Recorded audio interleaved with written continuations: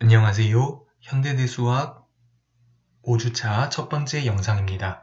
이번 영상에서는 이제 지난주를 끝으로 주제를 바꾸어서 정역에 대해서 같이 공부를 해보도록 하겠습니다.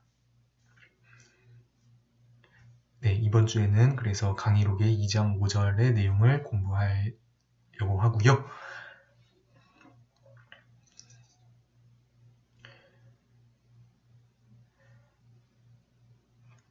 네, 그래서 이번 영상에서는 정역에서 사용되는 여러 가지 기본적인 용어들에 대해서 살펴보고 유일인수분해 정역이라는 것이 무엇인지 공부해 보도록 하겠습니다.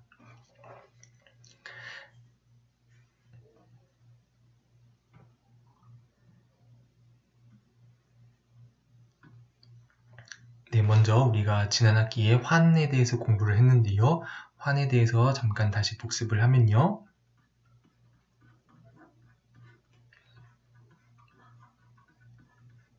이제 덧셈과 곱셈을 가지는 연산 구조가 이제 환이라는 것은 이제 세 가지 조건을 만족을 해야 했는데요. 첫 번째로 R 덧셈 구조가 아벨군이어야 하고요. 그리고 그 아래 원소들에 대해서 곱셈 연산이 결합법칙을 만족해야 한다는 것이 있었습니다. 그리고 세 번째로 이제 양쪽 분배 법칙이 성립해야 한다라는 조건이 있었는데요.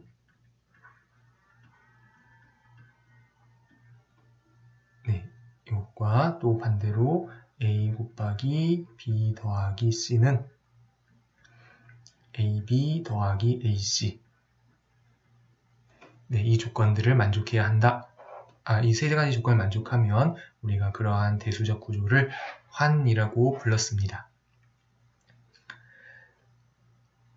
그 중에서 이제 정역이라는 것은 몇 가지 추가 조건을 이제 만족하는 것인데요. 먼저 이제 곱셈 항등원 우리가 1이라고 주로 쓰는데요. 곱셈 항등원이 존재해야 되고요. 그 다음에 이제 곱셈 연산이 교환 법칙이 성립해야 하고요. 그리고 0의 약수를 갖지 않아야 합니다. 그래서 네, 이 세 가지 조건을 추가로 만족하면은 우리가 그런 환을 우리가 정역, 그래서 영어로는 인테그럴 도메인이라고 불렀는데요. 네, 여기서 0의 약수라는 것은 이제 D의 원소들 중에서 0이 아닌데 서로 곱하면은 0이 되는 경우, 이제 이런 경우 이제 그러한 A랑 B를 우리가 0의 약수라고 불렀습니다. 그래서 정역에서는 이제 이러한 일이 일어나지 않는다라는 것을 의미하고요. 네, 이랬을 때 이제 정역에서 사용되는 여러 가지 이제 용어들을 살펴보도록 하겠습니다. 먼저 이제 앞으로 이제 특별한 일이 없으면 D는 항상 우리가 정역으로 이제 생각을 하겠습니다. 여기 용어들을 공부하기 전에 먼저 여러 가지 예제들을 머릿속에 기억을 해두면 좋은데요. 이제 정역의 대표적인 예는 우리 정수의 덧셈, 곱셈을 생각하면 이것이 가장 대표적인 정역이고요. 또 이제 F가 체일 때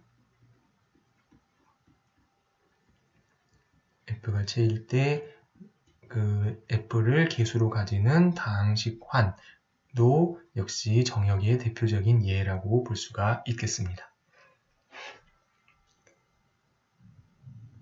네, 그러면 용어에 대해서 공부를 해보도록 하겠습니다. 이제 D의 두 원소 A와 B가 있을 때 만약에 이제 A가 어떤 B 곱하기 C 이렇게 되는 그런 C가 존재하면 우리 이제 정수에서 쓰는 것처럼 B가 A를 나눈다라고 이제 말을 합니다. 그래서 이제 이런 기호를 우리가 사용을 합니다. 그래서 B가 A를 나눈다, 또 B가 A의 인수이다 이렇게 말을 합니다.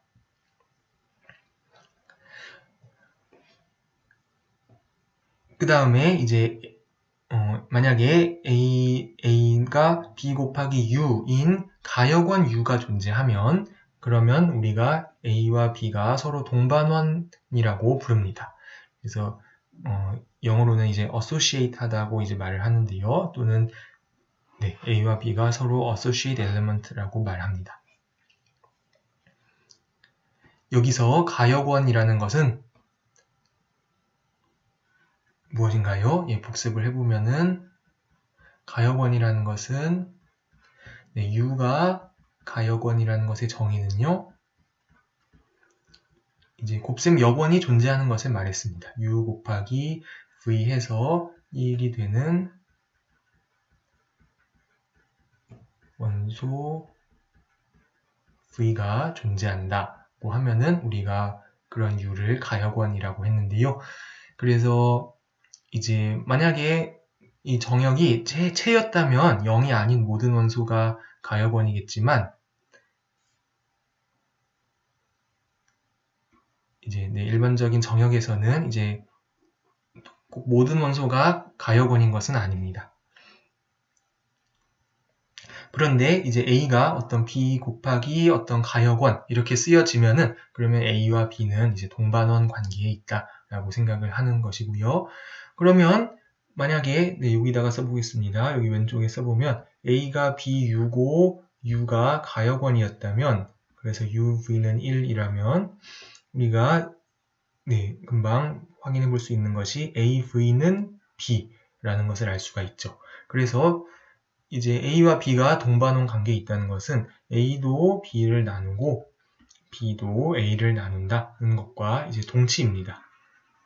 이 두 개가 A와 B가 동반원에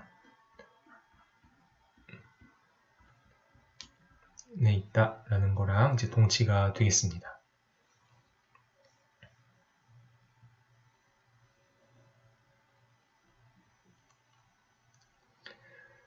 다음으로 이제 그 정역에서 어떤 원소가 기약이라는 것을 정의를 합니다. 영어로는 irreducible이라고 하는데요.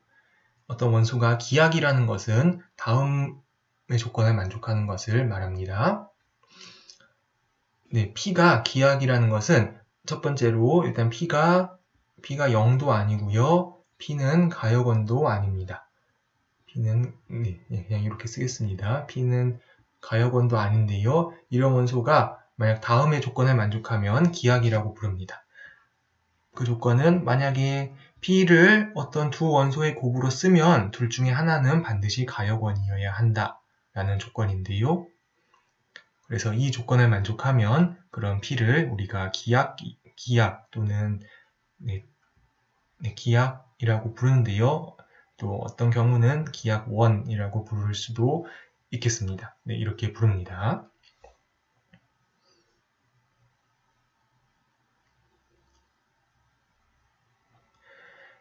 그리고 이제 또 소수라는 용어가 이제 있는데요.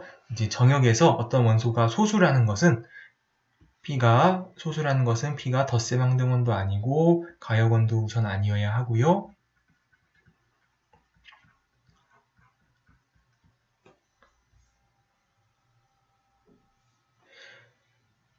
가역원도 아니어야 하고 이제 P가 만약에 어떤 두 원소의 곱을 나누면 P가 A, B의 인수이면 P가 A의 인수이거나 P가 B의 인수이거나 둘 중에 하나를 만족해야 한다. 네, 이 명제를 만족하면 그러한 원소를 우리가 소수라고 부릅니다.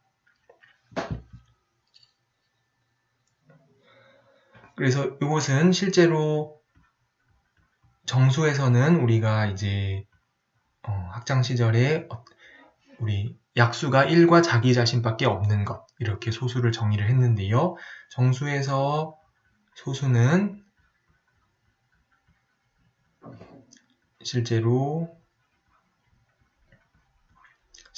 이 조건을 만족합니다.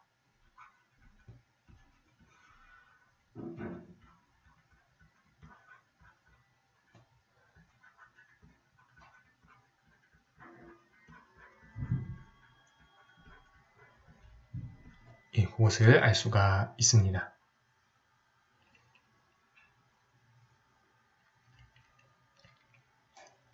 네, 그러면 먼저 관찰할 수 있는 것이요. 여기서 이제 알아본 명제들을 우리가 정역의 아이디얼에 관한 명제로 모두 바꿀 수가 있습니다. 그래서 네, 여기 왼쪽에 써보면요. B가 A를 나눈다는 것은 이것은 아이디얼에서는 이제 거꾸로 생각하면 되겠습니다. A가 생성하는 아이디얼이 B가 생성하는 아이디얼에 포함된다 라는 거랑 이제 같은 말입니다. 왜냐하면 우리 아이디얼이라는 것은 이제 B라는 아이디얼에는 여기에는 B 곱하기 어떤 D의 원소 이런 것들이 이제 B가 생성하는 아이디얼에 들어가는 것이죠. 근데 이제 B가 A를 나눈다는 것이 바로 A가 B, C 이런 꼴이니까요. BC인 C가 존재한다. 는 것인데요. 이제 아이디얼의 언어로 생각하면은 이 아이디얼의 포함 관계와 동치입니다. A가 생성하는 아이디얼이 B가 생성하는 아이디얼에 포함된다라는 것이고요. A와 B가 동반원이라는 것은 그러면은 A와 B가 동반원이라는 것은 두 아이디얼이 같다는 것과 동치가 되고요. 아이디얼 A와 아이디얼 B가 동치다 라는 것입니다. 그 다음에 이제 P가 소수라는 것은요.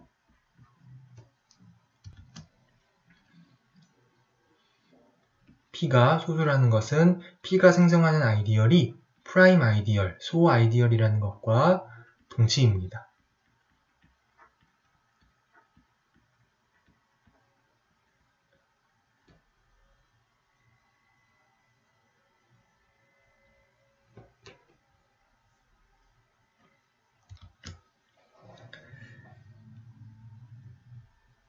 소 아이디얼의 정의가 다른 것이 아니라 어떤 두 원소를 곱한 것이 그 아이디얼에 들어갈 때 둘 중에 하나는 반드시 아이디얼에 들어간다. 이 조건을 만족하는 아이디얼을 우리가 소 아이디얼이라고 불렀는데요. 네, P가 소수라는 것과 정확히 같은 말이죠. 마지막으로 U가 가역원이라는 것은 결국 다른 것이 아니라 1과 그 곱셈항등원 1과 동반원인 원소들을 말합니다. 그래서 U가 이제 1이 생성하는 아이디얼 그거는 결국 D 전체죠. 그래서 이것과 동치라는 것을 알 수가 있습니다. 네, 그래서 이 관찰은 기본적인 것인데요. 이제 어떤 원소가 뭐 동반원이다, 인수다, 또 소수이다, 가역원이다 이런 명제들을 아이디얼로 정확하게 바꾸어서 우리가 이해를 할 수가 있습니다. 또 아이디얼로 생각하면은 이제 편할 때가 있는데요. 네, 이 관찰을 꼭 기억을 하기를 바라겠습니다.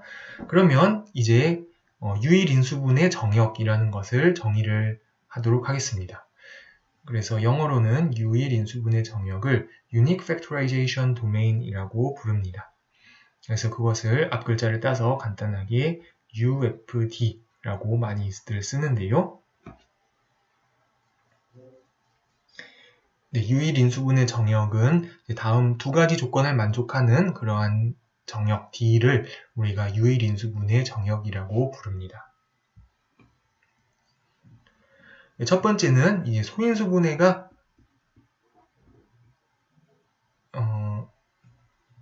소인수분해라고 하면 조금 헷갈릴 수가 있을 것 같네요. 이제 사실은 기하긴 원소들로 분해하는 것인데요. 제가 간단하게 인수분해라고 하겠습니다.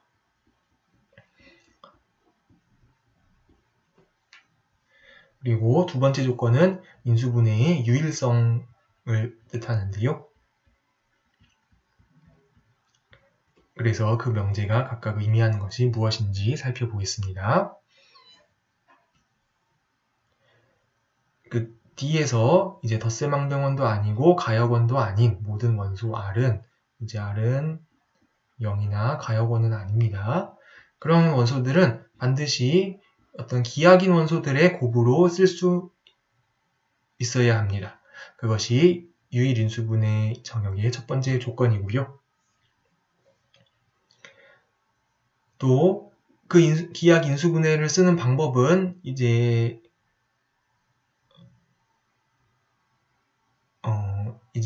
어떤 의미에서 유일한데요. 만약에 R이란 원소를 이제 기하긴 원소들의 곱으로 두 가지 방법으로 썼다면 사실은 두 가지 방법을 썼을 때 그 곱에 나타나는 기하긴 원소들의 개수가 먼저 같아야 하고요. 그 다음에 기하긴 원소들 사이에 1대1 대응이 존재해서 이제 적당히 순서를 바꾸면 그러니까 P1과 Q1이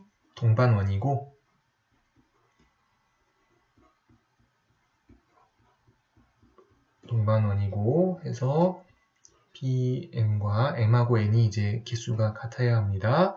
PM과 QM이 동반원이다. 이제 물론 순서는 달라질 수 있으니까 적당히 순서를 바꾸면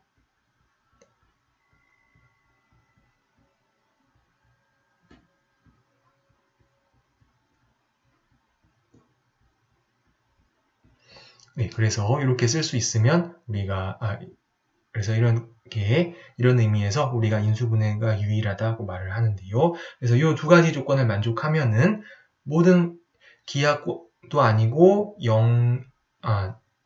죄송합니다. 기하이 아니라 가역원입니다. 가역원이 아니고 덧셈항등원도 아닌 임의의 원소를 항상 기하긴 원소들의 곱으로 쓸 수 있고 또 순서를 바꾸는 거나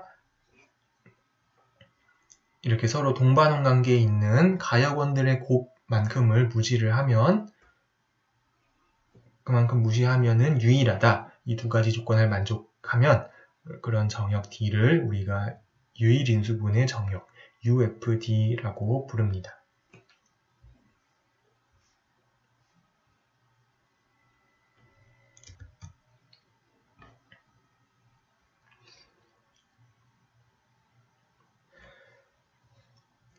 그러면 이 다음 정리를 같이 증명을 해 보도록 하겠습니다. 첫 번째로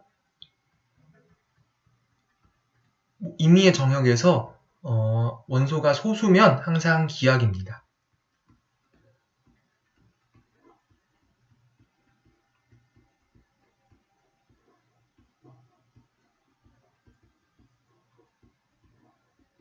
소수면 항상 기하기 됩니다. 네, 여기다가 다시 한번 정의를 복습을 해볼까요?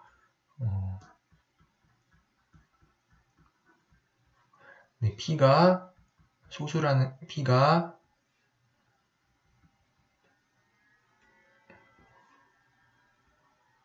P가 0이나 가역원은 아닙니다. 아닐 때 P가 소수라는 것은요.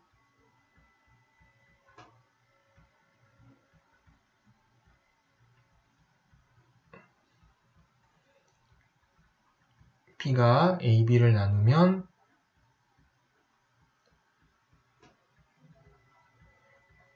P가 A를 나누거나 P가 B를 나눈다.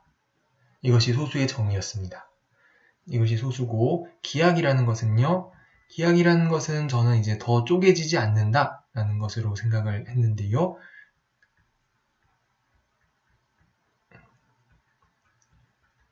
P는 예를 들어서 RS이면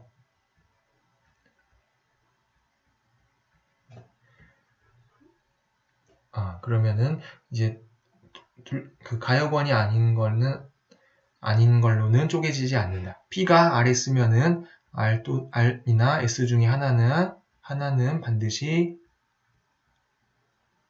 하나가 가역원이다.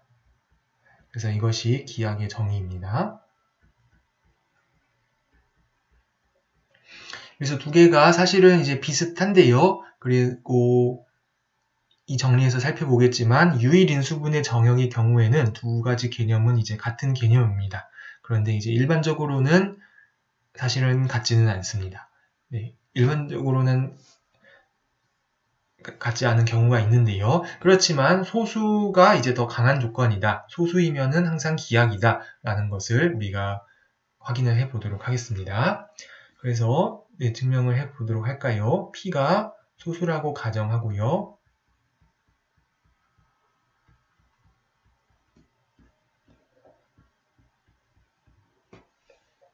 그리고 이제 P가 기하임을 보이겠습니다. 만약 P가 RS라고 해볼까요?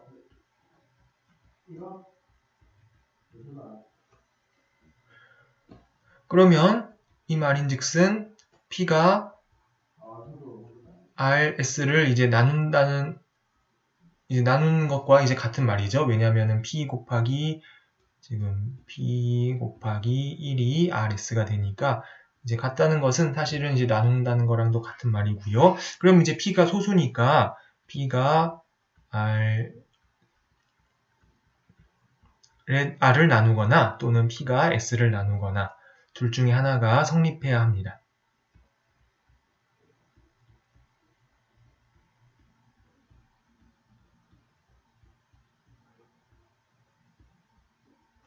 그러면 제가 P가 R을 나눈다고 가정을 하겠습니다. 이제 반대의 경우는 거의 비슷하게 하면 되고요. 그러면 그 말인즉슨 이제 R이 P 곱하기 R을 P 곱하기 뭐 A라고 쓸까요? 네, A라고 쓰겠습니다. R은 P 곱하기 A인 A가 존재한다.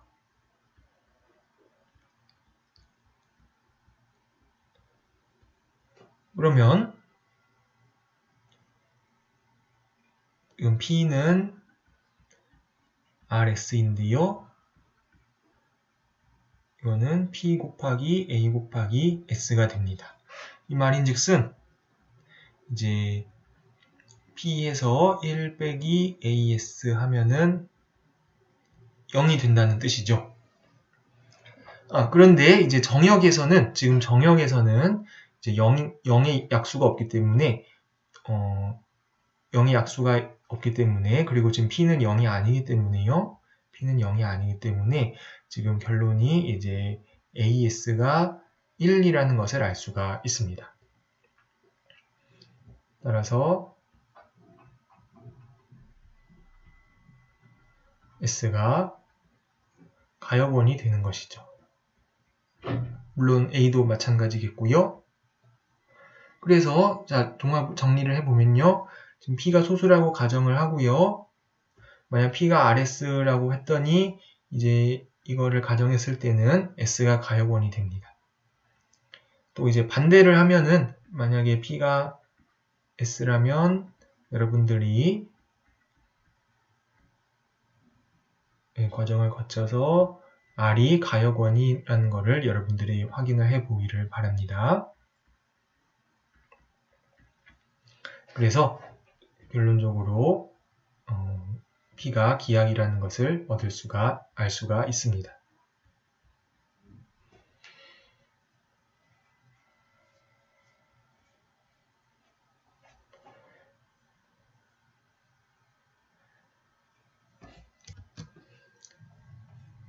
마지막으로 이번에 D가 이제 유일인수분의 정역인 경우에는 이제 반대로 기하이면 소수인 것을 보일 수가 있습니다. 이거를 증명을 해 볼까요? D가 유일인수분의 정역일 때 기하이 irreducible이면 프라임이 된다 라는 것을 보여볼까요?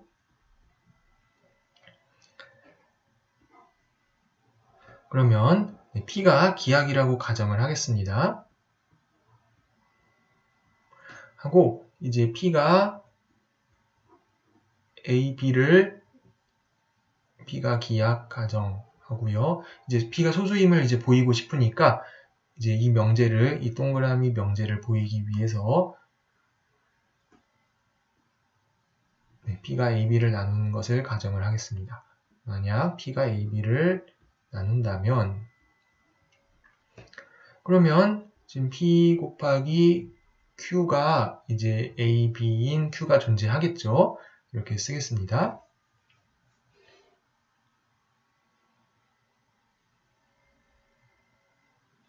그랬을 때 지금 유일 인수분해 정형이기 때문에 이제 지금 P는 기약이고요. 그 다음에 Q나 A나 B를 전부 인수분해를 하겠습니다. 기약인 원소로 인수분해를 해서 제가 여기다가 쓸까요? 여기다 이어서 쓰겠습니다. 그러면은 P, Q1, 땡땡땡, QK는 이제 A1, 땡땡땡, AM 곱하기 B1, 땡땡땡, BN 이고 지금 QI, AJ, BL 등은 모두 기약이다. 라고 이렇게 생각을 하겠습니다.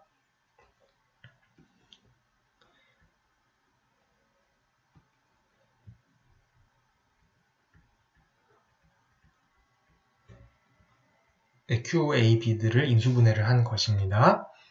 그러면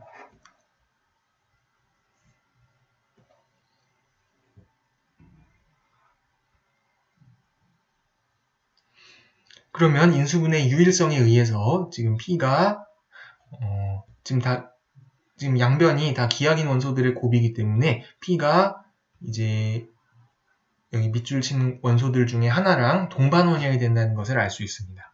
P가 A1부터 BN 중 하나와 동반원이어야 하는데요.